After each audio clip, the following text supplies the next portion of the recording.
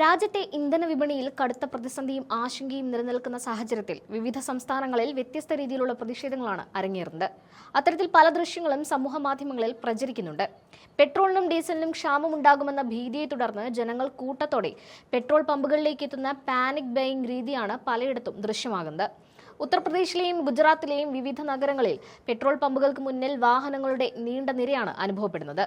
ഉത്തർപ്രദേശിലെ ബസ്തിയിൽ ഒരാൾ 1000 ലിറ്ററിന്റെ വാട്ടർ ടാങ്കുമായി പെട്രോൾ പമ്പിലെത്തി പ്രതിഷേധിക്കുന്ന ദൃശ്യങ്ങൾ ഇപ്പോൾ വളരെ വൈറലാണ്.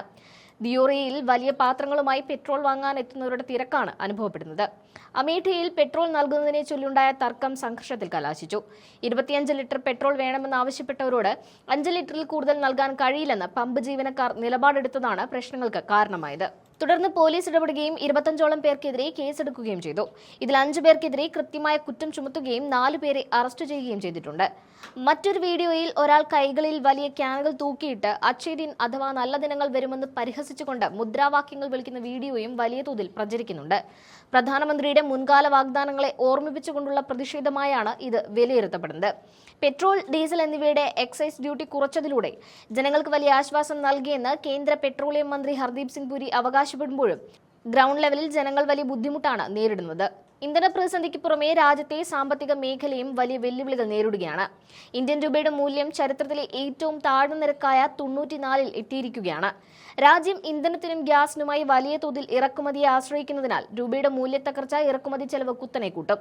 റഷ്യയിൽ നിന്ന് കുറഞ്ഞ നിരക്കിൽ ലഭിച്ചിരുന്ന അസംസ്കൃത എണ്ണയ്ക്ക് ഇപ്പോൾ പഴയതുപോലെ ഡിസ്കൗണ്ട് ലഭിക്കുന്നില്ല എന്നതും വെല്ലുവിളിയാണ്.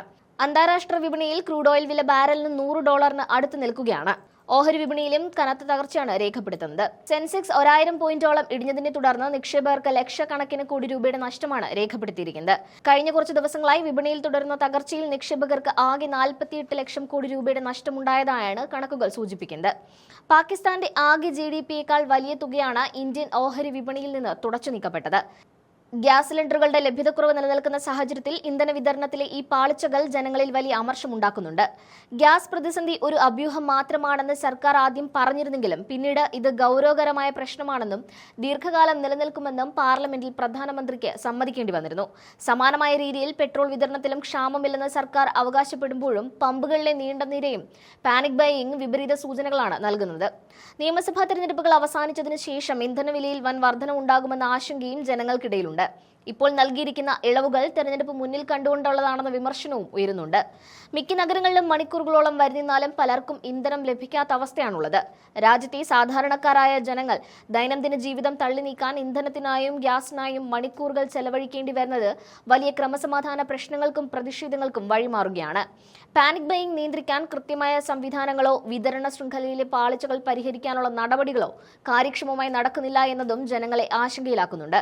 ഇന്ധനക്ഷാമത്തിൽ പ്രതിഷേധിക്കുന്ന ആളുകളുടെ ചില ദൃശ്യങ്ങൾ കൂടി ചേർക്കുന്നുണ്ട്, കണ്ടുനോക്കാം.